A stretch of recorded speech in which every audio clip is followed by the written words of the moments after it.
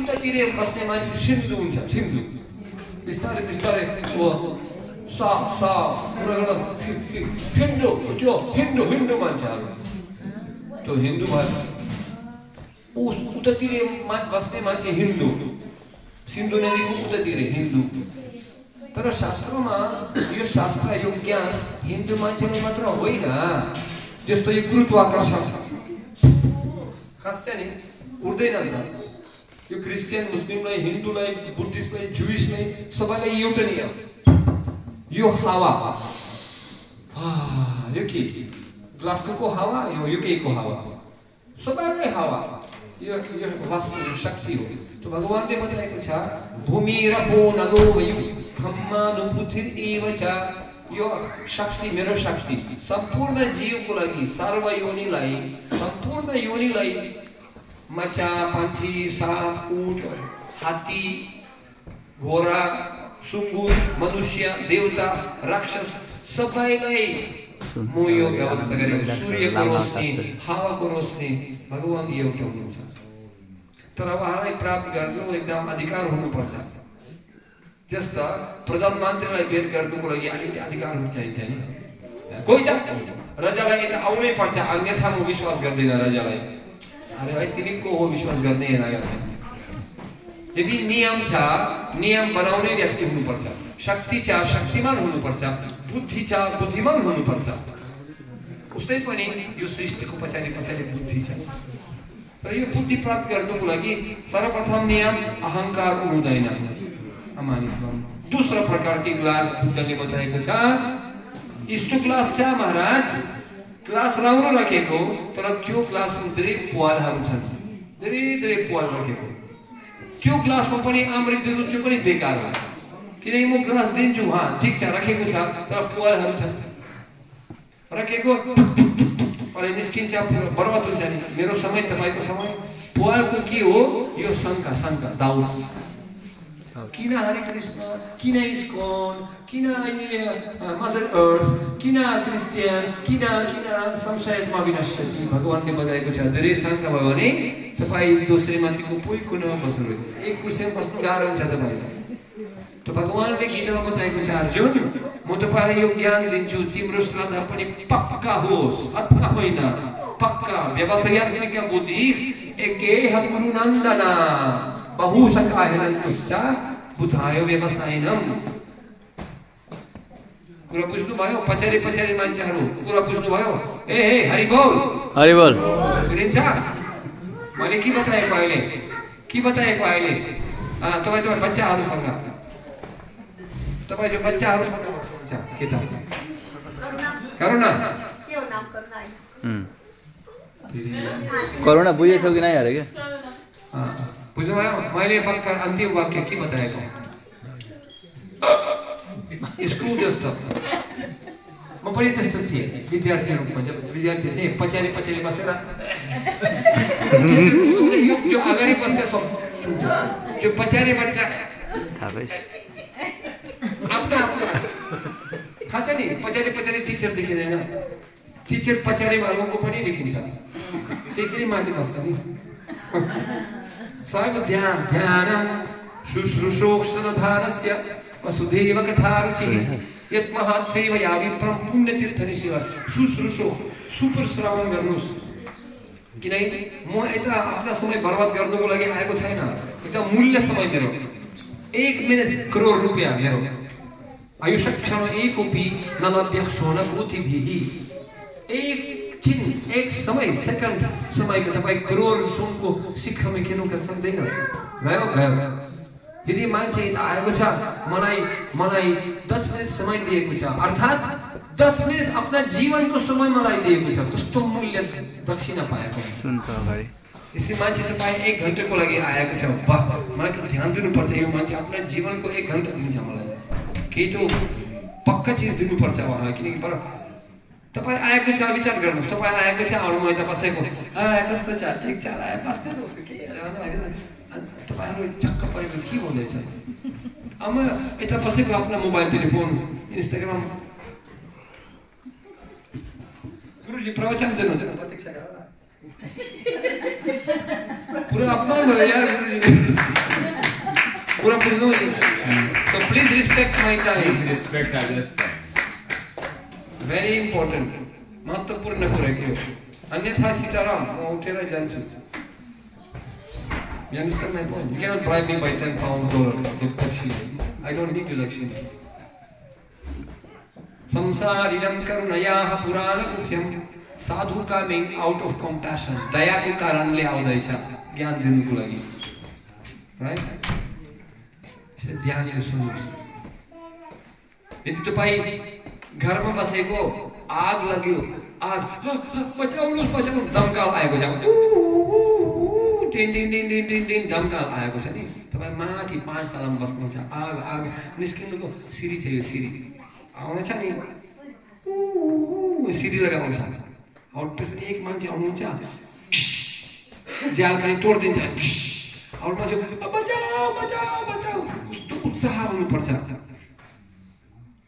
सुरक्षित ठाउँमा जानको लागि अन्यथा त सीताराम हुन्छ मेरो जीवन बचाऊ बचाऊ त्यो मान्छे आउनुहुन्छ उहाँ पनि अलिकति एकदम जबरजस्ती लिएर टेक्दिन्छ जालमा कहिले कहिले बच्चाहरूलाई पनि टेक्दिन्छ किन सांस्कृतिक कुरा गर्नु समय छैन आगे छाड्छ गर्न त्यो उहाँको आमा बुझ्दैन ए छोड्दिनुहोस् मेरो बच्चालाई छोड्दिनुहोस् पागल साला बदमास गाली दिन्छ ए चुप चुप महिला तिमी पनि जाऊ कपाल लिएर ठाक दिन्छ उहाँलाई साला साला बदमास गाली दिन्छ तर उहाँ थाहा छैन तल 30-40 जना पनि जाल लगाएको छ नि कोही लुगा लगाएको छ धन्यवाद धन्यवाद पछि बोल्नुपर्छ त्यो बचाउनु बेलामा आगोमा पनि फसेर आउनुहोस् कृपया म तपाईलाई बचाउनुको लागि आएको निस्किनुहोस् जबरदस्ती कामाग्नि क्रोधाग्नि लोभाग्नि ईर्ष्याग्नि बुरा नजरवाला मुख काला कुत्ती कुत्ती अग्नि इस संसारमा कोई मन से दुखी कोई तन से दुखी कोई धन बिना उदास थोड़ा थोड़ा सब दुखी सुखी श्याम का राम का दास सुखी बस बाकी सब दुखी भगवान ने ये बताया कुछ नहीं राज विद्या राजन्यम पवित्रम इदमुत्तमम प्रत्यक्षावगमं धर्म्यम सुसुखम कर्तुमाव्ययम इष्ट ज्ञान दिन्छु तिमीलाई अर्जुन तपाईँ युद्ध क्षेत्रको बेलामा पनि युद्ध चल्दैछ मृत्यु हुन्छ फेरि म त यस्तो ज्ञान दिन्छु तपाईँ युद्ध क्षेत्रमा पनि आनन्द आउँछ भित्रबाट सुसुखम कर्तुम प्रत्यक्षमा गमन धर्म्यम सुसुखम कर्तुम मजा आउँछ तपाईलाई हे यस्तो सम्भव छ युद्धको बेलामा पनि आनन्द हुन्छ हुन्छ यो ज्ञान दिन्छु तपाईलाई हे गुरुजी कस्तो डिप्रेसन कस्तो टेन्सन कसरी भिजा कता हुँदैछ पैसा छैन मेरो छोरी बिहा हुँदैन अब पैसा हुँदैछ कम्पनी बिग्रियो मेरो आमा मर्यो बित्यो कोरोना भाइरस डायबिटिज क्यान्सर भयो यो परिस्थितिमा यो युद्धमा भौतिक युद्धमा कसरी आनन्द प्राप्त गर्छ यो ज्ञान सुन्नुहोस् कसरी यो आगबाट निस्किनुको लागि कामाग्नि क्रोधाग्नि लोभाग्नि यो ज्ञान दूसरा क्लास दिएको देववालहरू छन् त्यो क्लासमा पनि पानी दिनु बेकार हो किन पानी निस्किन्छ त बर्बाद हुन्छ तपाईको मेरो पनि बर्बाद हुन्छ समय त्यसै त्यो मान्छेलाई समय दिनु जरुरत छैन तीसरा प्रकारकी क्लासहरू त्यो पनि क्लास लिएको राखेको तर त्यो क्लासमा पनि रुसल वोडका बियर कोही मासु यता लिएको छ ओहो अलिक ठिक छ अलिकति अमृत पनि दिनुहोस् गुरुजी एक विदेशी मान्छे ठिक अलिकति पनि तपाईँ कुरा गर्नुहोस् म सुन्छु पनि तपाईँको पनि प्रवचन पनि सुन्छु किचरी किचरी मनमा के छ ठिक छ यो पनि अलिकति पनि दल दिन्छु होइन ग्लास सफा गर्नु भएपछि साबुनसँग सफा पुरा डिटर्जेन्टसँग पुरा सफा गरेर एकदम शुद्ध ग्लास लिएर त्यसपछि ज्ञान प्राप्त हुन्छ अन्यथा बर्बाद हो कि कुरा बुझ्नुभयो नि त्यसैले भगवान गीतामा हामीलाई पनि ज्ञान दिएको छ तद्विद्धि प्राणिपतेन परिप्रश्नेन सेवया उपदिक्ष्यन्ति ज्ञानं ज्ञानिनस्तत्त्वदर्शिनः गुरु नजदिकै पनि आउनु पर्छ परिप्रश्नेन प्रश्न सोध्नु पर्छ तस्मात् गुरु प्रपद्येत जिज्ञासु श्रेयोत्तमम् जिज्ञासु हुनु पर्छ उत्सुक हुनु पर्छ गुरु आफ्ना उत्साह हेरेर तब उत्तर दिन्छ अन्यथा दिँदैन बस टिका मार्नुको लागि आशीर्वाद जा आशीर्वाद जा जा आएर गएर के फाइदा छैन। तर यदि गुरु वास्तविक भाव देखिन्छ, सेवा भाव, ल ल ठिक छ म तपाईँ पक्का ज्ञान दिन्छु, जो ज्ञान स्वीकार गर्ने लायक मान्छे हो। आध्यात्मिक जीवनमा हामीहरूलाई पनि आँखले हेर्नु हुँदैन, कानले हेर्नुपर्छ। मैले उदाहरण दिएको न, मान्छे पनि सुत्ने मान्छे, जो मान्छे सुत्ने वास्तवमै सुत्नु भएन, सुत्छ। और अचानक एक चिट्टा नेपालमा थियो त्यस्तो, एक बाघ आउँछ चितवनमा, एक बाघ आयो 5 मान्छेलाई खाएको बाघ। मैले हेरेको चितवनमा पनि एउटा बाघ आयो 5 मान्छेलाई, मैन इटर 5 मान्छे खाएको। और एक बार बाघ मान्छेलाई खान्छ, उहाँको फेरि अर्को हिरणलाई अर्को जीव खाँदैन। मान्छेले नै यत्रो मासु मन पर्छ उहाँलाई, त्यो मान्छेलाई नै खानु पर्यो। एक बार मान्छेलाई खाएको हाय एकदम परामरुचि प्राप्त भएको, उहाँको मनुष्यको मासु धेरै मन पर्छ उहाँलाई। त्यो बाघलाई पनि यस्तो चिडियाखानामै दलिदिने, यस्तो मारिदिने, अर्को तेस्रो तो यस्तो मान्छे सुत्छ न गाउँको मान्छे, हो बाघ आयो तो के गर्नुपर्छ? बिलबोर्डमा पनि पिक्चर लेख्नुपर्छ, एसएमएस पठाउनुपर्छ कि इन्स्टाग्राम फेसबुक? उठ्नुहोस् प्लिज, उठ्नु हुँदैन, आवाज दिनुपर्छ, उठो उठो। तब हुन्छ, कानले नै बचाउन सक्छ उहाँलाई।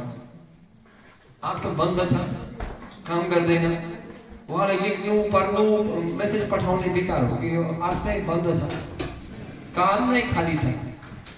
सतम प्रसंगम अवीर्य संविदो भवं तेरी कर्ण रसायन कथम। कानले मात्र यो आवाज आउनु पर्छ, शास्त्र भन्छ। यो जो कथा हो, भगवानको कथा, निवृत्त तार्श्य उपगीयमानस भाव औषाधि चत्र मनोभिरामत सपुत्तम श्लोक गुणानुवादत। गुण अनुवाद कथा कान द्वारा नै दवाई रूपी भाव औषाधि मन को लागि ठीक गर्नु सक्छ। तो आध्यात्मिक जीवन में आँखले नहेर्ने, कानले हेर्नु पर्छ। तर मान्छेहरु बिजी हुनुहुन्छ, समय छैन, बिजी बिजी के को लागि बिजी? मैले भर्खर उदाहरण दिएको, एक मान्छे न्यू जर्सीमा कुरा गरेको, मैले सुतेको, के गर्नुहुन्छ तपाई? म टी टायर कम्पनीमा काम गर्छु। ए हो, कहाँ? न्यूयर्कमा। प्रत्येक दिन मलाई 2 घण्टा ट्राफिक जाम दिदी पापा बिहान जानुपर्छ न्यूयर्क, फेरि न्यू जर्सी फर्काउनु पर्छ मलाई। ए हो, हुन्छ। तर के को लागि काम गर्नुहुन्छ? कम्पनी टायरको लागि। मैले सोचे टायर की जरुरत छ? गाडीको लागि। गाडी की जरुरत छ? अरे गुरुजी गाडी त अफिस जानको लागि छैन त। अफिस जानु की जरुरत? टायरको लागि। टायर के को लागि? गाडीको लागि। गाडी अफिसको लागि, अफिस टायरको लागि, टायर गाडीको लागि। गाडी सो मुसा पुरा जीवन टायरको लागि, अफिसको लागि, गाडीको लागि दिमाग खराब भयो कि हामीहरू गाडीको लागि, अफिसको लागि, टायरको लागि जीवन बिताउँछौँ कि? पुरा बुझ्नुस्। काम गर्ने, खानेको लागि खाना, काम गर्नुको लागि काम गर्ने, खानेको लागि यो मुसा जस्तो भएको छ। नै जीवनको उद्देश्य परम दृष्ट्वा निवर्तन्ते तद्धाम परमं मम, भगवानले बताएको छ। हाम्रो उद्देश्य हुनुपर्छ जीवनको। तर मान्छेहरू यो कुरो थाहा छैन। एक बार भगवान पशुपति, अब पशुपतिनाथको कथा, बुद्धको तो यो राजा हो। तुरन्तै यो बुद्धले उदाहरण दिएको 2-3 ग्लासको उदाहरण दिनुभएपछि फेरि राजा विनम्र भएको छ। बुझे। और त्यसपछि यो राजाको भयो, थाहा छ, उहाँको चेला भएको छ। थाहा छ, एक राजा भारतको थियो, उहाँको चेला भएको छ। उहाँको कारणले पुरा भारत नै बुद्धिस्ट भएको छ। त्यसपछि एउटा पशुपतिनाथ एक बार